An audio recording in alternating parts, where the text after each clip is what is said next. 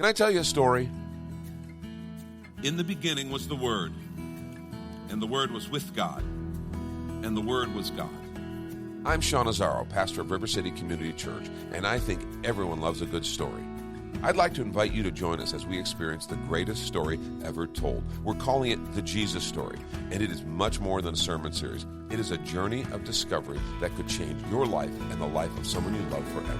The Gospel of John gives an extraordinary account of Jesus' life through the eyes of his closest friend. John looks beyond what Jesus did to who he really is. If you've ever been curious about Jesus or wanted to know him more, come and experience the Jesus Story. River City Community Church is located 1.5 miles outside of Loop 1604 on Lookout Road, across from Rotama Park. Service times are Sunday at 9 and 11 a.m. and Monday nights at 6:30 p.m. River City is a church for real life, and you can find out more at reallife.org. The Jesus Story. Come and see at River City Community Church. Hey everyone, this is Pastor Sean. I want to let you know of a change in how we're going to be bringing our messages to you in the future. December 31st will be our last day broadcasting with our partners here on Salem Media. This has been a wonderful season, and we've truly enjoyed our relationship. We're very thankful for all their work on our behalf. Moving forward, you can still find all of our messages, as well as the Reaching for Real Life podcast at reallife.org, the home of River City Community Church, or by following me on Instagram or Facebook at Sean Azzaro. We have some exciting plans to grow and expand Reaching for Real Life this coming year, and you can find it all there.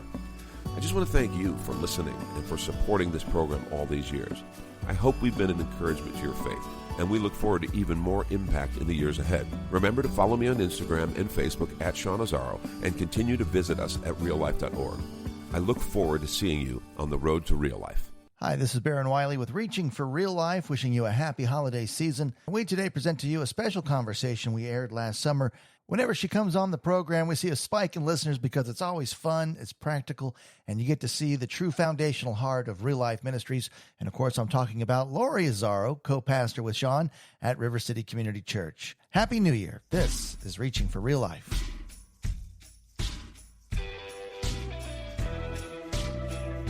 This is Sean Azzaro, and you are listening to Reaching for Real Life.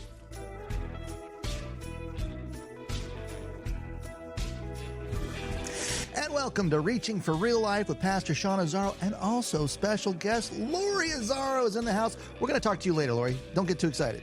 Okay. I can't wait. She'll get in there, Baron. Don't you worry. I believe you. No. Again, welcome to Reaching for Real Life, and Pastor Sean and Lauri experiencing real life in sunny Southern California. Sean, how are you guys feeling out there? Oh, man, Baron, it's outstanding. We come here every year because it's so cool. You know, we could literally come to a place we lived before because we get to just chill. We're not touristing. It's cool. We got the ocean here. We go down by the water. We walk. We pray. You have your morning devotions there. It's really amazing. We just chill. As you should, as you should. Hey, before we get into that, because I've got a lot to ask you about that and the experience that you're having and the refreshing, re-nourishing that you experience there, Pastor, I want to invite you to something special. Oh? You are invited to the second annual Kendall County Pastors Masters Golf Tournament. Oh, my gosh, Baron, that's so exciting. Thank you. Is it 6 holes this year? Because that's what I'm good for. Now, actually, it's going to be August 4th at the Tapatio Springs. I got a guy named Ray Jones coming in to speak there, kind of encourage pastors. Oh, nice. But it's so important that pastors do get their batteries recharged. It's so important that iron sharpens iron when you can get a bunch of pastors in one room. And in our case, it's going to be drivers sharpens drivers in the context of golf for sure. But Pastor Sean, again, it's so important that I sincerely believe that you do take this time off, that you do get to recharge your batteries because I know it is, man, burnout is a thing, and we're going to get into all this, but please introduce your lovely and beautiful wife, Lauri Azzaro. Listening audience, this is my lovely wife, Lauri, LWL, as she's been called since very early in our marriage in our youth ministry, because I would introduce her as my lovely wife, Lauri, and the kids started calling her LWL. But, Lauri she's really co-founder of the ministry with me and the other team members who were there. She hosted our church gatherings in our home. And she's done children's ministry, she's done music ministry, women's ministry. She's the unofficial coach to the pastor. Just ask her. Yeah, just tell her. There's no cards with that on it, but it seems like she just naturally fills the role. It's really nice. So anyway, Lauri, good to have you on with us. Good to be with you. Lauri, how long have you guys been married? In August, it will be 38 years. Congratulations. We have been in ministry 38 years. Yeah, Yep. Thank you. So Thank did you know what you knew what you were getting into when you signed up for this, huh? I knew what I thought I was getting into. Yes, no, I knew. We were actually, he was on staff at a church in San Antonio, and I was volunteering, so we knew that that's what we were doing. Got married, and 2 weeks later moved out to California to be youth pastors. Is this exactly where you thought you'd be? Well, 38 years down the road, I would say yes, but man, there were a lot of ups and downs and questions in between. Oh, yeah. Yeah. And when she says she didn't know what she signed up for, you need to understand, she has this hat. She's literally wearing it, and people don't know me. It says, can you read it that way? Yeah. Do you want to? Sorry about my husband. Sorry about my husband. And I think when I wear it at church, everybody is going to know exactly what I'm talking about. People on the street here, they don't know me, but we're walking on the street in California, and she's wearing the hat, and they just start laughing. Yeah. Wow. I need that hat. No, there's a lot of women that want my hat, actually. Yeah, they get it. I need that. So when she says not everything she knew what she was getting into, I think that's some of it. But it's also, 38 years of ministry. We got married. I was a youth intern. Baron, you remember, you were part of that ministry at Trinity Church. Then, Lauri and I got married and went on our honeymoon and got back. 3 days later, we had to be in Southern California out here to start our ministry life together. So she knew what she was getting into. The plan was all made. Yeah. That is a jump out of the boat story for you, Lauri, right? Yeah, it was. And it was good. I mean, I grew up in a Christian home. My parents had lots of Christian friends and pastors and evangelists. I knew what ministry looked like. The challenge came in is when he took us out of the traditional type of ministry that I was raised in, that we started in, and asked us to start real life. And eventually that grew into a church. And that was a whole nother thing that neither one of us had really experienced before, because God was asking us to do something very different than what we understood ministry to look like. In fairness, I'm a little more wired that way, right? I mean, the plan is important, but just not that important. And I like spontaneity. I like different. Lauri wants to know what the plan is, right? And so when we started this ministry and God just said, follow me. And she would ask, well, what's this going to look like? I'm not sure. We're starting this ministry, and I think it's going to end up as a church plant, but we started with inner city ministry. We started with mission stuff. It was unstructured, and this team of people gather around, and we start meeting together, and we kind of realized, we're becoming that church that God put in our heart years before. But for Lauri, one of the things I admired so much about her, and it's a testimony to her being a woman of faith, was following along in that. When there wasn't a blueprint, that made things different. Yeah, that made things difficult. I mean, felt like following, kind of the children of Israel, following the, cloud by day, pillar of fire by night. That's what it felt like in those early years, because God was working more in us than even through us at that time. Yeah, and he was really trying to teach us to trust him rather than try to do things the way we thought we were supposed to do it, or common sense would tell you to do it, or traditional ministry would tell you to do it. It was like, no, I'm going to show you something different. And so you're literally just doing things. Again, he can jump off a mountain and be fine. I want to know the plan, and that God didn't want to show us the plan. So it was a day by day, season by season, faith building experience. So do you feel like that was the desert experience and going to California and to get to the promised land and back in San Antonio? Or California was the beginning, but that was a little more structured. That was traditional ministry for 2.5 years. We lived here for 4 years. It was after being here 2.5 years, he had to leave his pastoral staff position, and we started Real Life Ministries. And we really didn't know what that was going to look like other than him leading worship. And when she said had to leave the ministry, it wasn't like I got fired. Scandal. It was literally a scandal. I had another family out in Ojai. No, that was not the case.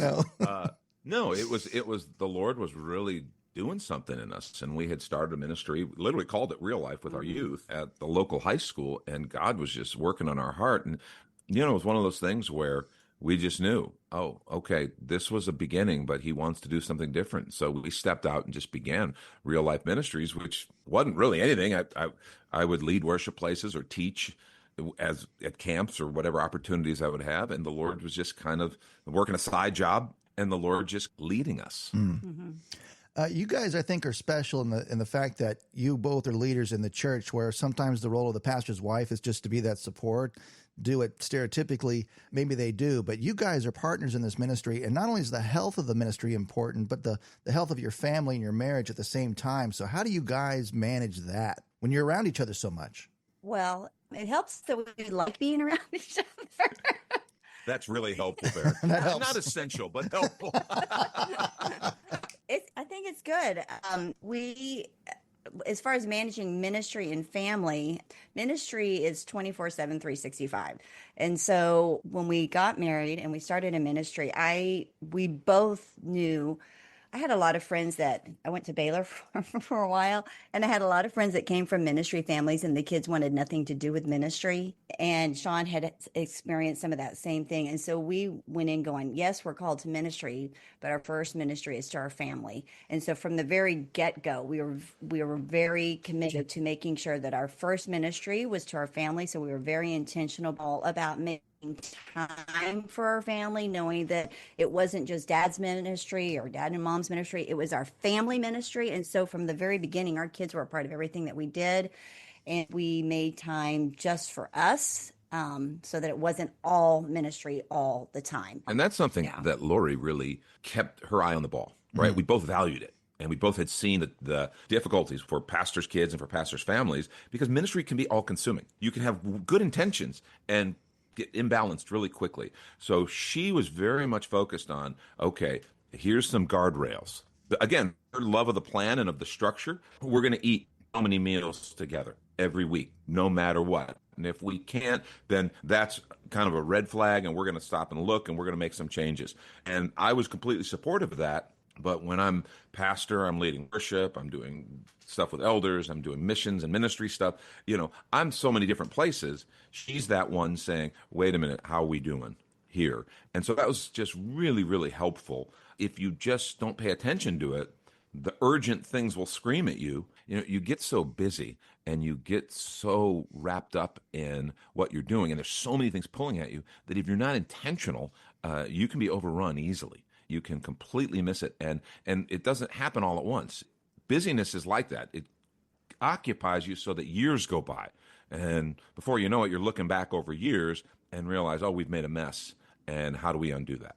One thing that I always worry about you, Pastor Sean, is taking that time off and getting that rest, so you can get your batteries recharged. But for both of you, and Lauri, I'm going to just kind of ask you directly there, how do you, since you get to see how the sausage is made behind the scenes, how do you avoid burnout or resentment or maybe hurtful things that you might hear behind the scenes?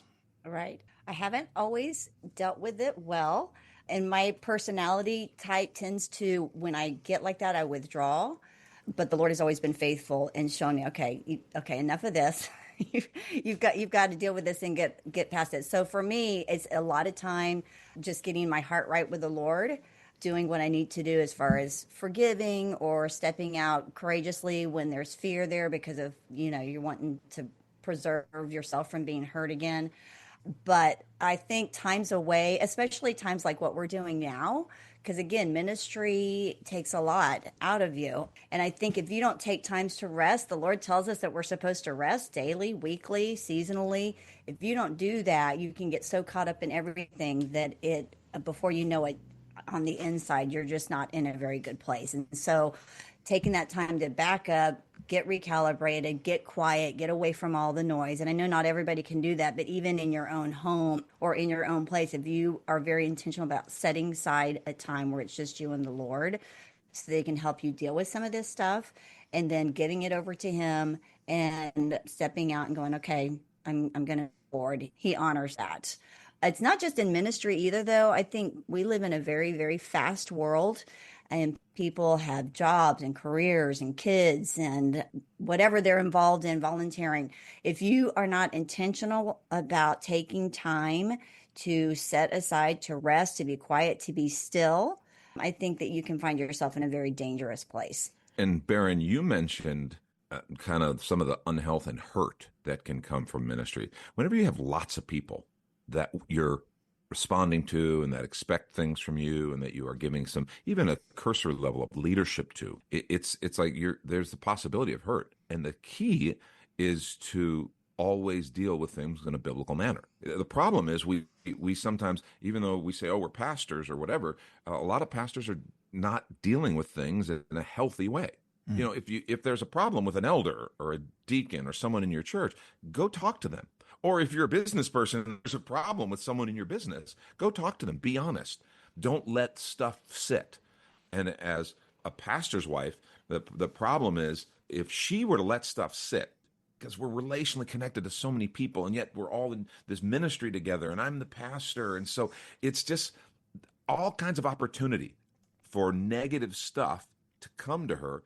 And if she didn't deal with it in a healthy way, take it to the Lord. If there's something that needs to be talked to about a person, give the benefit of the doubt, give grace, all those things. Simple relational health makes a world of difference. Yep. You know, in fairness, Baron, we have a great group of elders, wives, and they're just a wonderful covering for our fellowship. So health starts at the top. You know, and we just have a great group that we're peers among with that group, and it just makes things different. I'm not a confrontational person, but one thing the Lord has told me, if there has been a person or something in particular that has hurt me, and I've prayed about it, and I haven't gotten that peace, and I feel the Lord, you know, saying, okay, you need to go talk to him. Going and talking to that person, this is how I perceive this to happen, or this is how it felt when you said that, or what, can you explain to me why you did this? Especially in the last several years, I've been more comfortable doing that. And what I thought they meant by something or what I perceived was totally wrong. And so that was, had I not gone to that person, the enemy would have used that to continue to foster this resentment and this hurt and this withdrawal, rather than confronting the person in love and finding out that's not what they meant at all, or they didn't realize they did that and apologize. So as difficult as that may be for some people, and it is for me, I think it's really important, if you've prayed about something and can't get past it, you need to go talk to that person and work it out and see what the Lord does, because it may be something that they didn't mean at all, and the enemy's just using it to try to mess you up. That's good. That's good. She says she's not confrontational, but she doesn't have any problem with me. Confrontational, honey.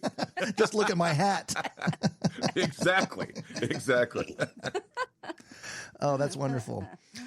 So now, in context of what you guys are doing today, again, you take advantage of this time together and do that. Please encourage our listeners why you should do this. Man, this time away, you know, and everybody has demands.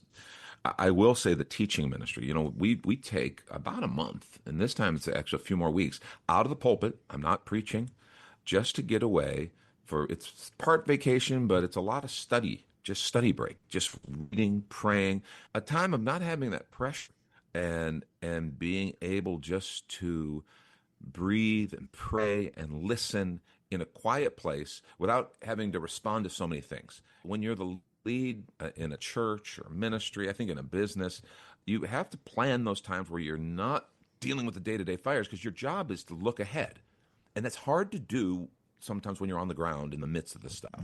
So to pull away a little bit and look ahead. And that's really what this time is for me, for us to just rest, get quiet. We've told you before, we rent this little garage apartment 2 blocks off the beach. And so a lot of our time is just walking and talking, and it's just nice to be able to process without having immediate demands. Our team is excellent, and they're very good at they'll only bring something to us if it's urgent that we have to weigh in on, you know, but they're great. I agree with everything he says, but I also think getting that time away, stepping back, it helps you see from a perspective where you're not right in the middle of everything. When you're right in the middle of it, you can't necessarily see it very clearly. You have to get back, take some space. And so definitely with ministry, also for couples, for a marriage, we just have each other now. When we're at home, you've got the house and the kids and the job and the friends and the parents and the family and all that. And so those are all wonderful blessings that our life is full because of them. But it doesn't leave sometimes a lot of space just for you as a couple. Yeah. And so I think it's real important we have time just for us. And that's why even, you know, now we can take several weeks, but we couldn't years ago. So we would do date nights, or we would do a date lunch, just so that we have time just where we can focus on us without the distractions. Because again, you can get lost in that if you're not intentional with that. Now, Pastor Lauri, may I ask you to either give advice to your younger self as a new pastor's wife, or to, again, a young woman, a young couple that are going into ministry for the first time? What do you want to share from your heart? I would say to trust God fully. Again, I grew up in a Christian home and I knew the Lord, but because of my personality, I like to know what the plan is. I like to know A plus B is always going to equal C. And when you're in ministry or when you serve the Lord, read the Bible. He doesn't work like that.